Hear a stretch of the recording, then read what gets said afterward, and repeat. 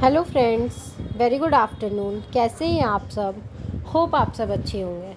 जैसा कि आप लोगों को पता है, हमारी क्लास 6 to 12 एनसीईआरटी सीरीज़ चल रही है, जिसमें हम अपना पॉलिटी अभी कंप्लीट कर रहे हैं, जिसमें हमने अपना क्लास 6-7 का पॉलिटी कंप्लीट कर लिया है और हमने क्लास 8 का भी चैप्टर 4 तक कंप्लीट कर लिया है। अगर किसी ने नहीं देखा है तो वो मेरी प्लेलिस्ट में जाके देख सकते हैं। आज हम स्टार्ट करेंगे चैप्टर 5 जुडिशरी। चैप्टर स्टार्ट करने से पहले मैं आपको एक इन्फॉर्मेशन देना चाहती हूँ कि अगर किसी को भी इस सब्जेक्ट के नोट्स परचेज़ करने हो, क्लास 6 to 12 एनसीईआरटी या के किसी भी सब्जेक्ट के नोट्स, या यूपीएससी के लिए आपको किसी भी स्टैंडर्ड बुक के नोट्स चाहिए, परचेज़ करने हो, तो आप मेरा डिस्क्रिप्शन बॉक्स चेक करके मुझसे कांटेक्ट कर सकते हैं। आइए स्टार्ट करते हैं अपना चैप्टर 5। हमारा चैप्टर 5 क्या है? जुडिशरी। जुडिशरी का, जैसे मैंने अपने प्रीवियस चैप्टर्स में आपको बताया था कि हमारी जो गवर्नमेंट होती है वो कितने तरीके की होती है: एग्जीक्यूटिव, लेजिस्लेटिव और जुडिशरी। एग्जीक्यूटिव और लेजिस्लेचर का रोल तो आपको पता है। अब हमारी जो जुडिशरी की रोल होती है वो क्या होती है, ठीक है? मैं आपको एक शॉर्ट समरी एग्जीक्यूटिव और लेजिस्लेचर का बता देती हूँ कि जो एग्जीक्यूटिव होती है वो हमारे लिए क्या करते हैं, जो रूल्स एंड रेगुलेशंस होते हैं वो बनाते हैं, ठीक है? और जो लेजिस्लेचर होते हैं वो उसको क्या करते हैं, इम्प्लीमेंट करते हैं। लेकिन जुडिशरी क्या करता है, जो ये लॉज बने हैं और जो इम्प्लीमेंट हुए हैं वो कॉन्स्टिट्यूशनली वैलिड है या नहीं है, वो चेक करते हैं। सही है, गलत है, क्या है, वो उन चीज़ों को क्या करते हैं, चेक करते हैं। अब हम देखेंगे what is the role of judiciary. Judiciary का क्या रोल है? Okay, courts take decision on a very large number of issues. जैसे कि हम लोग जानते हैं, कोर्ट्स जो है हमारा, वो एक काफ़ी लार्ज, उसके पास बहुत सारे इश्यूज आते हैं और वो बहुत सारे इश्यूज पे क्या करता है, डिसीज़न लेता है, बताता है और डिस्प्यूट्स को क्या करता है, हैंडल करता है। क्योंकि जब भी आम जनता को कोई भी प्रॉब्लम होती है तो वो किसके पास जाते हैं, वो हमारे कोर्ट पास जाते हैं, ठीक है? कि मैं अपना कोर्ट में बताऊंगा कि क्या सही है, क्या गलत है। जब कोई क्रिमिनल होता है, कोई केसेस होते हैं, तो हर डिस्प्यूट्स का रिजोल्यूशन कहाँ हमें मिलता है, सॉल्यूशन हमें कहाँ मिलता है, वो हमें कोर्ट में ही मिलता है, ठीक है? तो एक जो कोर्ट होता है, जो हमारी जुडिशरी होती है, वो क्या होती है, एक बहुत ज़्यादा उसके पे बर्डन होता है, उसके पास मिलियंस ऑफ इश्यूज़ होते हैं और उसको वो सबको क्या करना पड़ता है, सॉल्व करना पड़ता है। तो वो इश्यूज़ क्या क्या हैं? सबसे पहले डिस्प्यूट रिजोल्यूशन। अगर किसी में डिस्प्यूट है, फैमिली मेम्बर्स में है, किसी आपसी बाहर कम्युनिटीज़ में है, कम्युनिटीज़ और नॉर्मल पर्सन में, या कम्युनिटी टू कम्युनिटी है, या किसी को गवर्नमेंट पॉलिसीज़ में कुछ दिक्कत है, प्रॉब्लम है, गवर्नमेंट कम्युनिटी में है, गवर्नमेंट नॉर्मल पीपल में, कोई भी टाइप के डिस्प्यूट्स हो, हम लोग क्या करते हैं, कोर्ट में जाते हैं। जुडिशियल रिव्यू, कोर्ट के पास एक ये भी अथॉरिटी होती है, उसके पास जुडिशियल रिव्यू की अथॉरिटी होती है। जुडिशियल रिव्यू आप पूरा एक डिटेल एक्सप्लेनेशन मैं अपने 11th की जब सीरीज़ स्टार्ट करूँगी उसमें समझाऊंगी। यहाँ पे आप एक शॉर्ट में समझ सकते हैं जुडिशियल रिव्यू क्या होता है, कि मतलब चेकिंग करना। एग्जीक्यूटिव और लेजिस्लेचर ने जो भी रूल्स रेगुलेशन बनाए हैं, अगर किसी को उसमें कोई प्रॉब्लम है तो क्या कर सकता है, कोर्ट उसकी चेकिंग कर सकता है। Okay, upholding the law and enforcing fundamental rights.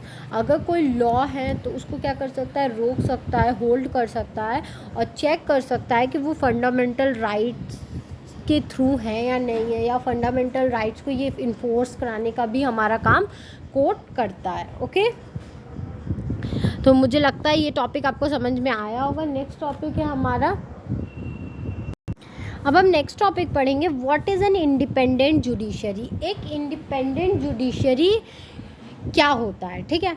The legislature and the executive can not interfere in the work of the judiciary. जैसे अभी हमने देखा लेजिस्लेचर और एग्जीक्यूटिव का वर्क, तो लेजिस्लेचर और एग्जीक्यूटिव कभी भी हमारे जुडिशरी के वर्क में इंटरफेयर नहीं करते हैं, जबकि हमारा जो जुडिशरी है वो टोटली क्या करता है, लेजिस्लेचर और एग्जीक्यूटिव के वर्क में इंटरफेयर कर सकता है। लेकिन जो हमारे लेजिस्लेचर और एग्जीक्यूटिव के पास ये अथॉरिटी नहीं होती है कि वो क्या करे, जुडिशरी के वर्क में इंटरफेयर करे। The courts are not under the government and do not act on their behalf. जो क्या होता है, कोर्ट होता है वो गवर्नमेंट के अंडर नहीं आता, ठीक है, वो गवर्नमेंट के अकॉर्डिंग कभी भी काम नहीं करता है, ठीक है, जैसे कि गवर्नमेंट जो ऑर्डर्स दे तब वो काम करे, ऐसा नहीं होता है। कोर्ट क्या होता है, गवर्नमेंट से सेपरेटेड पार्ट होता है और कोर्ट को जो सही लगता है वो करता है, ठीक है, वो गवर्नमेंट का पार्ट नहीं होता है। ये आप लोग याद रखिएगा, गवर्नमेंट के अंदर हमारी जुडिशरी कभी भी नहीं आती है और वो गवर्नमेंट के बिहाफ पे कभी वर्क भी नहीं करता है। It is also very difficult to remove a जज। और किसी भी एक प्रॉपर जज को प्रॉपर जज क्या होता है, मतलब कोई भी जज को क्या करना, रिमूव करना अपने बेंच से, ठीक है, उनको हटाना, ये काफ़ी डिफ़िकल्ट प्रोसेस होता है और इतना आसान नहीं होता है कि अगर कोई भी जज बन गया है तो उसको इतनी आसानी से हटा दिया जाए। Okay, it is the independence of the judiciary that allows the court to play a central role in ensuring that there is no misuse of power by the legislature and the executive। ठीक है, अब यहाँ पे बात हुई क्या हुई, judiciary की इंडिपेंडेंस की। तो जुडिशरी को ये इंडिपेंडेंस मिला होता है, ये परमिशन मिली होती है कोर्ट को कि वो क्या कर सकता है, एक सेंट्रल रोल प्ले कर सकता है एग्जीक्यूटिव और लेजिस्लेचर के वर्क में, ठीक है, उन्होंने जो भी वर्क किया है आप उसमें एक सेंट्रल पार्ट बन के, ठीक है, इसमें एक सेंट्रल रोल प्ले करते हो क्योंकि आप उनके वर्क की चेकिंग करते हो और आफ्टर ऑल आपका ये फैसला होता है कि वो वर्क सही है या नहीं है, ठीक है। तो इसी को हम लोग बोलते हैं इंडिपेंडेंट जुडिशरी, ठीक है, ताकि जो एग्जीक्यूटिव और लेजिस्लेचर को पावर मिले हुए हैं वो पावर का वो गलत यूज़ तो नहीं कर रहे हैं, आपकी ये रिस्पॉन्सिबिलिटी है कि आप चेक करो। Okay, this is called an independent judiciary. It also plays a crucial role in protecting the fundamental right of the citizen because anyone can approach the court if they believe that their rights have been violated। ठीक है, ये एक और बहुत ज़्यादा crucial role play करता है हमारी जुडिशरी कि ये लोगों के जो फंडामेंटल राइट्स हैं उनको क्या करता है, प्रोटेक्ट करने का काम करता है, ठीक है, क्योंकि हर एक नॉर्मल सिटीज़न के पास ये हक है कि अगर आपको ऐसा फील हो रहा है कि आपके फंडामेंटल राइट्स जो दिए हुए हैं कॉन्स्टिट्यूशन में, इंडियन कॉन्स्टिट्यूशन में, अगर आपको ऐसा लगता है कि वो वायलेट किया जा रहा है, मतलब उसका मिसयूज़ किया जा रहा है, उसको हनन हो रहा है, तो आप क्या कर सकते हैं, आप जुडिशरी में जा सकते हैं, आप कोर्ट्स में डायरेक्ट जाके अपने फंडामेंटल राइट के लिए क्या कर सकते हैं, अप्रोच कर सकते हैं कि मेरे साथ ये गलत हो रहा है, आप इसका फैसला करिए। नेक्स्ट हमारा टॉपिक है what is the structure of court in India. हमारे इंडिया में कोर्ट का क्या स्ट्रक्चर है उसको अभी हमने क्या पढ़ा, एक जो रूल्स रेगुलेशन जो बताए गए हैं। अब हमारे इंडिया में क्या रूल्स रेगुलेशन फॉलो होते हैं हम ये चीज़ देखेंगे। There are 3 different level of courts in our country. हमारी कंट्री में 3 लेवल्स पे क्या होते हैं, वर्क करती है कोर्ट, ठीक है, 3 लेवल्स पे हमारे पास कोर्ट्स होते हैं, जुडिशरी होती है। There are several courts at a lower level while there is only one at a apex level. ठीक है, एपेक्स होगा यहाँ पे हमारे जो लोकल लेवल पे हैं, ठीक है, जो लोकल लोग रहते हैं हमारे लोकल लेवल पे बहुत सारे कोर्ट्स हैं, ठीक है, लेकिन हमारे पास सिर्फ एक ही सेंट्रल मतलब एपेक्स लेवल पे कोर्ट है जो कि सुप्रीम कोर्ट है। ठीक है, the court that most people interact with are what are called subordinate और डिस्ट्रिक्ट कोर्ट। ठीक है, जो नॉर्मल पीपल जहाँ पे सबसे ज़्यादा जाते हैं और अपनी प्रॉब्लम्स को इंटरैक्ट करते हैं, बताते हैं, उस टाइप के कोर्ट्स को हम लोग सबऑर्डिनेट कोर्ट्स या डिस्ट्रिक्ट कोर्ट्स भी बोलते हैं। जैसे कि हमने देखा था अलग अलग कॉन्स्टिट्यूएंसीज़ को अलग अलग डिस्ट्रिक्ट्स में बांटा जाता है, तो हर डिस्ट्रिक्ट लेवल पे क्या होते हैं, कोर्ट्स होते हैं, तो उनको हम लोग सबऑर्डिनेट कोर्ट्स या डिस्ट्रिक्ट कोर्ट्स बोलते हैं। There are usually at a district और तहसील लेवल और इन towns and they hear many kind of cases. ठीक है, यहाँ पे यूजुअली हमारे इंडिया में यूजुअली क्या होते हैं, तहसील्स होते हैं, तहसील लेवल पे वर्क होता है, जैसे पंचायत या म्यूनसिपालिटीज़ आप ऐसे देखो कि डिस्ट्रिक्ट लेवल पे काम होता है। ठीक है, और वही लोग क्या करते हैं, बहुत ज़्यादा टाइप के केस आपस में ही मतलब वो लोग हेड जो उनको वहाँ पर बनाया जाता है वो लोग क्या करते हैं, इसको सॉल्व करने का वर्क करते हैं। Each state is divided into district that are presided over by a district judge. ठीक है, हर स्टेट को डिस्ट्रिक्ट्स में बांटा जाता है और हर डिस्ट्रिक्ट के एक जज अपॉइंट किया जाता है. वो जज ही क्या करता है, वहाँ की सुनवाई करता है और वहाँ के फैसले लेता है. Each state has a high court which is the highest court of the state. ठीक है, हर स्टेट में एक हाई कोर्ट होता है जो कि वहाँ का सबसे बड़ा कोर्ट होता है. अगर आपको डिस्ट्रिक्ट लेवल पे सुविधाएं नहीं मिल रही हैं, आपको न्याय नहीं मिल रहा है, ठीक है, तो आप क्या कर सकते हो, हाई कोर्ट में अपील कर सकते हो. ठीक है, वो स्टेट का सबसे बड़ा कोर्ट होता है, स्टेट का होता है. ठीक है, at the top is the supreme court that is located in New Delhi and is presided over by the Chief Justice of India. ठीक है, हमारी जो कंट्री का सबसे बड़ा कोर्ट है जहाँ पे आप एट लास्ट जाते हो जब आपको डिस्ट्रिक्ट पे न्याय नहीं मिलता, जब आपको हाई कोर्ट पे न्याय नहीं मिलता, तो आप क्या कर सकते हो, सुप्रीम कोर्ट में जाके अपील कर सकते हो, जो कि हमारा क्या है, न्यू दिल्ली में है. ठीक है, न्यू दिल्ली में है.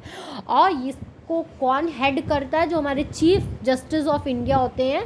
ठीक है, CJI chief justice of India, वो इसको प्रिसाइड करते हैं, हेड होते हैं वहाँ के. ठीक है, the decision made by the supreme court are binding on all other courts in India. और अगर आपको डिस्ट्रिक्ट लेवल या हाई कोर्ट में आपको न्याय नहीं मिला है, उन्होंने आपको नहीं दिया न्याय, जब आप सुप्रीम कोर्ट में अपील करते हो तो सुप्रीम कोर्ट का जो डिसीज़न होता है वो हर कोर्ट को मानना पड़ता है. ठीक है, सुप्रीम कोर्ट का जो डिसीज़न होता है वो सारे कोर्ट्स पे क्या होता है, बाइंडिंग होता है. ठीक है, मतलब उनको ये जो नियम कानून है वो उनको मानना ही पड़ेगा. What are the different branches of the legal system. जैसे कि हम लोग जानते हैं लीगल सिस्टम है. ठीक है, हमारा जो सिस्टम है उसको हम लोग पूरे सिस्टम को लीगल सिस्टम बोलते हैं. तो इसके क्या क्या ब्रांचेज हैं, किस नाम से किस टाइप के क्राइम को हम जानते हैं, किस टाइप के क्राइम की क्या पनिशमेंट है, ये सब देखेंगे. ठीक है, क्रिमिनल लॉ, सबसे पहला हमारा लॉ है क्रिमिनल लॉ. क्रिमिनल लॉ क्या होता है, डील्स विद कंडक्ट और acts that the law defines as offenses. For example, theft, harassing a woman to bring more dowry, murder. ठीक है, क्रिमिनल लॉ वो लॉ होते हैं जिसको हमारे लॉ ने क्या माना है, एक ऑफेंस माना है, मतलब एक क्राइम माना है. ठीक है, जिसकी काफ़ी स्ट्रिक्ट पनिशमेंट है. ठीक है, जैसे कि थेफ्ट, चोरी करना, और किसी भी महिला को क्या करना, उस पर अत्याचार करना कि तुम ज़्यादा दहेज लाओ, या उनके पे क्या करना, घरेलू हिंसा करना, या उनके साथ कुछ गलत करना. ठीक है, women harassing a women is a very offensive case. ठीक है, अगर आप किसी भी वुमेन को हैरेस कर रहे हो, आप किसी भी वुमेन को, किसी भी लड़की को परेशान कर रहे हो, घर पे अत्याचार कर रहे हो उसके साथ, आप उसको दहेज के लिए परेशान कर रहे हो, तो ये क्रिमिनल लॉ है. ठीक है, और क्रिमिनल लॉ जो जब भी आता है, जैसे कि हमारे पास दो टाइप के लॉ होते हैं, आप आगे पढ़ोगे सिविल लॉ भी होता है. सिविल लॉ की जो पनिशमेंट होती है, जो उसकी सज़ा होती है, थोड़ी कम होती है, लेकिन जब क्रिमिनल लॉ की बात आती है तो उसकी सज़ा बहुत स्ट्रिक्ट होती है. ठीक है, तो जब आप हैरेसिंग ऑफ वुमेन वाला केस आता है, वुमेन हैरेसमेंट का केस आता है, तो वो क्या, उसको क्रिमिनल लॉ में माना जाता है. ठीक है, या मर्डर आप लोग जानते हो एक बहुत ही ऑफेंसिव केस है और ये हमारे क्रिमिनल लॉ के अंडर आता है. It usually begins with a lodging of a first information report FIR with the police who investigate the crime after which a case is filed in the court. ठीक है, ये usually कहाँ से शुरू होता है, ये अगर आपको कोई परेशान कर रहा है. ठीक है, मैं यहाँ पे हैरेसमेंट का केस लेती हूँ, वुमेन हैरेसमेंट का केस लेती हूँ. अगर मुझ पे क्या हो रहा है, कोई हैरेस कर रहा है, मुझे कोई परेशान कर रहा है, या मेरे पे घरेलू कोई हिंसा जैसा काम हो रहा है, मेरे साथ मारपीट हो रही है, तो मैं क्या करूँगी, मैं सबसे पहले पुलिस के पास जाऊँगी और फर्स्ट इन्फॉर्मेशन रिपोर्ट. ठीक है, हम लोग इसको फर्स्ट इन्फॉर्मेशन रिपोर्ट भी इसलिए बोलते हैं क्योंकि हम लोग सबसे पहले इन्फॉर्मेशन क्या करते हैं, पुलिस को देते हैं कि मेरे साथ ये हो रहा है, और वो क्या कर देती है, FIR, हमारे जो भी हमारी रिपोर्ट है उसके अनुसार वो क्या कर देती है, FIR लिख देती हैं. उसके बाद क्या करते हैं, वो जो भी पूरा इन्वेस्टिगेशन होता है कि केस की तह क्या है, क्यों ऐसा हो रहा है, इसके पीछे का रीज़न, या किस हद तक ये हो रहा है, वो पूरे चीज़ को इन्वेस्टिगेट करते हैं. फिर क्या करते हैं, केस फाइल करते हैं, वो लोग कोर्ट में केस फाइल कर देते हैं आपके बिहाफ पे. ठीक है, If found guilty, the accused can be sent to jail and also fine, ठीक है, अगर वो गिल्टी पाया जाता है वो इंसान, ठीक है। ऐसा कभी कभी हो सकता है कि मैंने क्या किया, केस किया, लेकिन वो शायद गलत ना हो, लेकिन अगर वो गलत है तो उसको जेल भेजा जाएगा और उस पर काफ़ी स्ट्रिक्ट फ़ाइन भी लगाया जाएगा। जो भी उसने केस जिस हिसाब पे उस पर क्या लगेगी, आर्टिकल के हिसाब को, जिस आर्टिकल के तहत उसको सज़ा मिलेगी उस आर्टिकल के हिसाब से उस पर फ़ाइन भी लगाया जाएगा। नेक्स्ट लॉ कौन सा है हमारा, सिविल लॉ। सिविल लॉ क्या होता है, डील्स विथ एनी हार्म और injury to right of individual, ठीक है। अगर हम किसी भी इंडिविजुअल के राइट्स के साथ, ठीक है, अगर उसकी जो भी फ्रीडम्स हैं या उसके जो भी हक हैं, हम उसको कोई हार्म पहुंचाते हैं या उसके साथ कुछ इंजरी करते हैं, ठीक है, उसको मार पीट या ऐसा कुछ हो जाता है, लड़ाई झगड़ा हो जाता है, तो ये सब क्या होता है, एक सिविल केस होता है, ठीक है। इसमें स्ट्रिक्ट पनिशमेंट उतनी स्ट्रिक्ट नहीं होती है। For example disputes relating to sale of land, purchase of goods, rent matters, divorce cases, ऐसा, ठीक है, कि जैसे लड़ाई झगड़े हो गए ज़मीन बेचने के, जैसे कि अगर भी घर में 4 भाई हैं 5 भाई हैं, उन सब में क्या हो रहा है, किसी ज़मीन को बेचने के लिए कोई लड़ाई झगड़े हो रहे हैं, या कोई गुड्स परचेज आप ख़रीदने गए हो वहाँ पे आपका झगड़ा हो जाता है, या रेंट देने में आपके किराएदार या उससे आपके मकान मालिक से आपका कोई झगड़ा हो जाता है, या आप जब भी आप 2 लोगों के बीच में मेल नहीं खाता है, जब आप डाइवोर्स देने जाते हो, तो ये सब हमारे सिविल केसेस होते हैं, ठीक है, जिनको कोर्ट क्या करती है, बैठा के शांति से सॉल्व कराती है। इसमें कोई भी जैसे जेल या मतलब स्ट्रिक्ट पनिशमेंट नहीं होते हैं। A petition has to be filed before the relevant court by the affected party only, ठीक है। इसमें क्या होता है, जो अफेक्टेड होगा, जिसको तकलीफ होगी, वो क्या करता है, जाके पिटीशन फाइल कराता है। In a rent matter either the landlords और tenant can file a case, जैसे कि रेंट मैटर है, ठीक है, किराएदार और जो हमारा मकान मालिक है, ठीक है, लैंडलॉर्ड और टेनेंट, 2 लोग में से कोई एक लोग जाके क्या करता है, केस लिखवा सकता है। अगर किराएदार को दिक्कत है तो वो लिखवा सकता है, लैंडलॉर्ड को दिक्कत है, मकान मालिक को दिक्कत है तो वो लिखवा सकता है, ठीक है। जिसको प्रॉब्लम होती है वो जाके केस फाइल करा देता है। The court gives the specific relief asked for instance in a case between a landlord and tenant, the court can order the flat to be vacated and pending rent to be paid, ठीक है। वो क्या करता है, ये सब मामले में वो जल्द से जल्द फैसला सुनाता है। जैसे कि अगर लैंडलॉर्ड को दिक्कत है, उसका रेंट पेड नहीं मिला है, तो वो क्या करता है, उसको रेंट पे करा देगा, सॉल्व जो भी मैटर होगा उसको क्या करेगा, सॉल्व करा देता है, ठीक है। Does everyone have access to the court, क्या सबको ये हक है कि वो कोर्ट जा सके, ठीक है। Does everyone have access to the court, क्या कोई भी कोर्ट जा सकता है। In principle all citizen of India can access the court in the country, ठीक है। हमारे प्रिंसिपल्स के अकॉर्डिंग क्या हो गया है कि जितने भी सिटीजन्स है कंट्री के, वो सब क्या है, कोर्ट जा सकते हैं। लेकिन क्या ये हमारे लिए, हमारे पास ये ऐसा होता है, आपने देखा है, नहीं, क्योंकि कोर्ट जाना काफ़ी एक्सपेंसिव होता है और काफ़ी लोग कॉम्प्रोमाइज़ कर जाते हैं कोर्ट जाने से, इसलिए क्योंकि अगर वो कोर्ट जाएंगे तो उनका बहुत ज़्यादा खर्चा लगेगा जो कि वो अफोर्ड नहीं कर सकते हैं। This implies that every citizen has a right to justice through the court, ठीक है। ये हमारा जो इंडियन कॉन्स्टिट्यूशन है वो ये बताता है कि हर किसी को हक है कि वो कोर्ट में जाके अपने लिए न्याय मांग सकता है, ठीक है। The court plays a very significant role in protecting our fundamental right, जो हमारा कोर्ट है वो हमारे फंडामेंटल राइट को प्रोटेक्ट करने में एक बहुत इम्पॉर्टेंट रोल क्या करता है, प्ले करता है। If any citizen believes that their rights are being violated, that they can approach the court for justice to be done, ठीक है। अगर किसी भी एक सिंगल सिटीज़न तक को अगर लगता है कि उसका क्या है, उसके राइट्स को या उसके जो अधिकार है उसको छीना जा रहा है या उसका कोई गलत फ़ायदा उठा रहा है, तो वो क्या कर सकता है, कोर्ट जा सकता है और अपने लिए क्या कर सकता है, न्याय मांग सकता है और उसको वहाँ पे न्याय मिलेगा भी, ठीक है।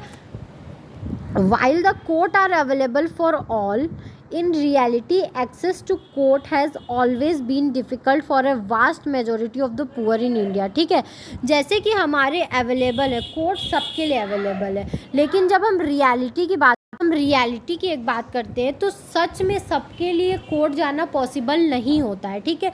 एक काफ़ी वास्ट मेजॉरिटी, एक बहुत बड़ी पुअर, जो मतलब हमारे गरीब वर्ग के लोग हैं, वो लोग क्या करते हैं, कोर्ट नहीं जा पाते हैं। वो लोग अपने जो भी उनके डिस्प्यूट्स हैं उनसे कॉम्प्रोमाइज़ कर लेते हैं, क्योंकि कोर्ट जाना उनके लिए काफ़ी एक्सपेंसिव होता है। Legal procedures involve a lot of money and paperwork as well as take up a lot of time, क्योंकि जो भी लीगल प्रोसीजर्स वो कराएंगे उसमें काफ़ी ज़्यादा पैसा लगता है, और क्या होता है वो काफ़ी ज़्यादा टाइम भी लगता है, और उसमें इतने पेपर वर्क्स होते हैं, क्योंकि अगर कोई गरीब है उसको पेपर वर्क करने नहीं आता है, कोई इलिटरेट है, किसी के पास उतना टाइम नहीं है या किसी के पास उतने पैसे नहीं है, तो कहीं ना कहीं वो लोग कॉम्प्रोमाइज़ करके कोर्ट नहीं जाते हैं।